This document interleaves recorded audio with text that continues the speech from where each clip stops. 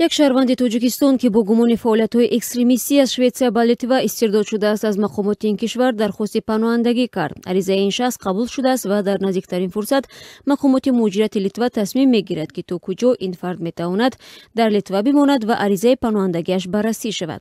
در صورت عدم قبول عریضه این شهروند تاجیکستان او از قلمرو لیتوا استرداد خواهد شد. گدروس میشوتیس رئیس شعبه جلوگیری خدمات حفظ سرحدات لیتوا روز 1 سپتامبر در صحبت تلفنی با رادیو آزادی از شهر ویلنیوس گفت از روی مقررات در صورتی با درخواست پناهندگی در لیتوا مراجعت کردن شخصی معلومات خصوصی او از جمله اسمش فاش نمی شود.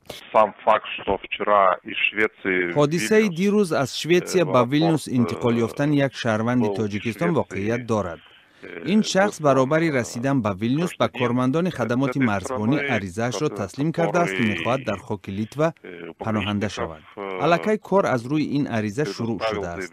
صلاحیت بعدی کار در دست دپارتمنت مهاجرت است. این خارجی در مؤسسه نگهداشت افراد عریضه داده برای گرفتن پناهندگی جایگیر کرده شده است. گدرس مشروط است افزود این فرد با قرار جانبی شویتسیا استرداد شده است ولی در زمینه احتمال مورد جستجو قرار داشتن این فرد در تاجیکستان معلومات ندارد. در حالی که مقامات جزئیات نمیدهند، وبسایت محلی دلفی الت نوشت که این شهروند تاجیکستان الیشر توشف سال تولدش 1978 میباشد. با نوشته این نشریه توشف بعد آن استرداد شد که مقامات شویتسیا در چارچوب بررسی حمله تروریستی در استکهلم این شخص را بازداشت و به ویلنیوس به خاطر در شناسنامه‌اش داشتن ویزای لیتوا استرداد کردند. یک مسئول ساختارهای انتظامی تاجیکستان به رادیو آزادی روز 1 سپتامبر گفت که شخصی با اسم الیشر توشف در فهرست افراد مورد پیگرد قرار ندارد. این منبع گفت که تابستان همین سال ساختارهای انتظامی شویتسیا یک دفعه با درخواست به تاجیکستان مراجعت کرده خواستند که هویت توشف را برای آنها مشخص کنند، ولی بعد این هیچ دیگر سوال یا درخواست نشده است.